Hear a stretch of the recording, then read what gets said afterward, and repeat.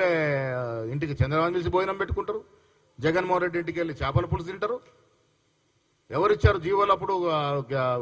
ఏది దీంట్లో జగన్మోహన్ రెడ్డి అడిగితే ఏది అది రెగ్యులేటరీ హెడ్ రెగ్యులేటరీ పోతిరెడ్డి పార్టీకి కట్టుకోమని అదనంగా పెంచుకోమని ఇచ్చిన జీవో ఎవరిచ్చారు? అది కేసీఆర్ కదా. జగన్మోహన్ రెడ్డి గారు ఇక్కడికి వచ్చి భోజనం చేసి పోయిన తర్వాత జీవోలు ఇచ్చాడు కదా తెల్లారే. మీరు రాష్ట్ర అవసరాలని రాష్ట్ర హక్కుల్ని తాకట్టు పెట్టి ఇలా ఏదో మాట్లాడతామంటే ప్రజలు నమ్మే పరిస్థితి లేరు. ముఖ్యంగా నీటి విషయంలో అది గోదావరి నీటి వాటా కావచ్చు, కృష్ణా జలాల నీటి వాటా కావచ్చు. కాంగ్రెస్ పార్టీ అప్పుడు గతంలో మేము అధికారం ఉన్నప్పుడు కాంప్రమైజ్ కాలే, ఇప్పుడు కాంప్రమైజ్ కాము. అది ఏ రకంగా పరిష్కరించుకోవాలో అన్నీ సుదీర్ఘంగా ఆలోచించి తీసుకుంటాము. అక్కడ కట్టనిచ్చే అవకాశమే లేదు, మేము కట్టడానికి పర్మిషన్ ఇచ్చే అవకాశమే లేదు. కేంద్ర ప్రభుత్వం దగ్గర కూడా వీళ్ళు కాంప్రమైజ్ అవ్వడం వల్లగా వాళ్ళకు వెసులుబాటు దొరికింది గతంలో.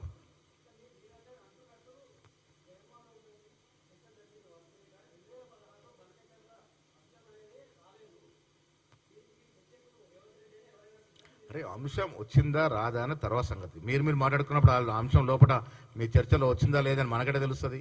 సీక్రెట్గా మీటింగ్స్ పెట్టుకున్నారు కదా మీరు.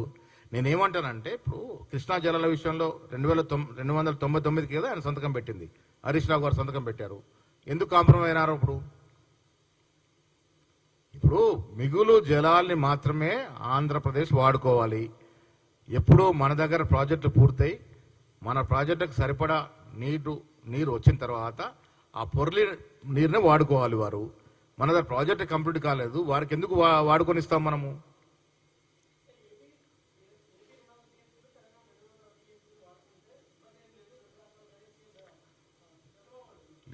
ఇబ్బంది లేదని వాళ్ళంటే కాదు కదా, మన ఇబ్బందులను మేము లోతుగా అధ్యయనం చేసుకోవాలి కదా.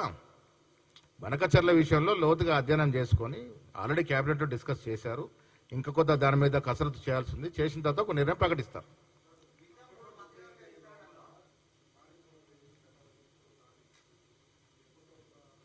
సమయం ఇచ్చింది, 3 నెలలు సమయం ఇచ్చింది. అంతలోపై రిజర్వేషన్ మీద నేను అందే మళ్ళీ కేంద్రం చేతిలో ఉంది కాబట్టి వారు ఛేదించి ఆ క్యాప్ను తొలగిస్తే సంతోషం.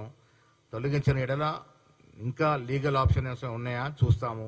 మేమైతే కట్టుబడి ఉన్నాము, 40% రిజర్వేషన్ ఇవ్వాలనే దాని మీద కట్టుబడి ఉన్నాము. ఏ రకంగా ఇవ్వగలుగుతాం, ఎన్ని టెక్నికల్ ఇబ్బందులు వస్తాయి, ఇవన్నీ కూడా లోతుగా అధ్యయనం చేస్తాం,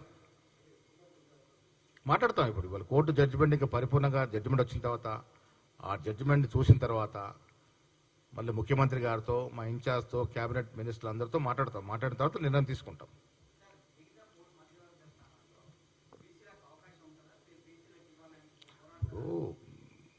మంత్రివర్గ కూర్పు అనేది చాలా క్లిష్టమైనటువంటి పరిస్థితి.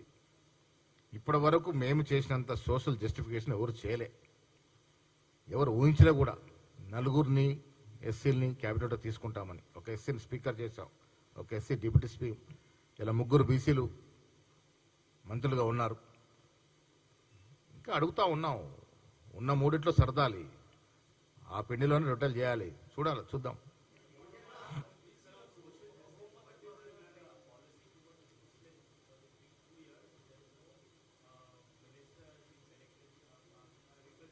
Yeah, there is a demand. No. There is a demand, and next cabinet, a Muslim minority will be adjusted in the cabinet. That for I'm sure. పోటీ మేం చేయకుండా ఎవరు చేస్తారండి? పోటీ చేయడం కాదు, గెలిచేది కూడా ఖాయమే.